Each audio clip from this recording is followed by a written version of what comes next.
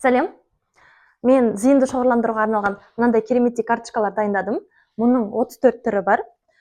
Бұны орта, жоғарғы сыныптарға қолдануға болады. Тіпті ересектер арасындағы ұйымдастырылатын кез келген шарада бір сергітіп алу мақсатында қолдансаңыз, таптырмас әдіс болып табылмақ.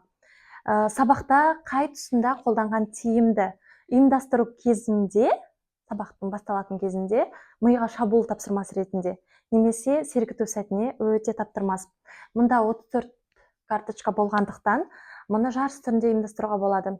Немесе, яғни 2 баланы шығарып, бөліп беріп, немесе 4 баланы шығарып, 6-6-дан бөліп берсеңіз болады деген секілді, солай ұйымдастыруға болады. Немесе шеңбер бойында балалар тұрып, бәріне беріп, бір-біріне карточкаларды алмастырып шығады. Солай ұйымдастыруға болады. Бұл зейінді шоғырландыру тапсырмасы кәдімгідей миға жаттығу. Бастапқыда өзім осыларды құрастыратын кезде, жасап жатқан кезде өзім таба алмай біраз қиналдым.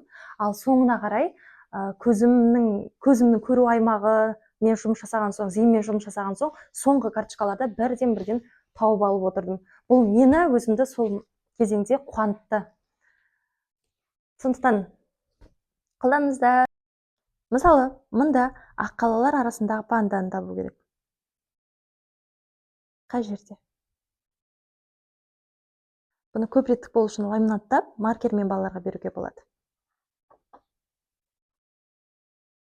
34 түрі бар.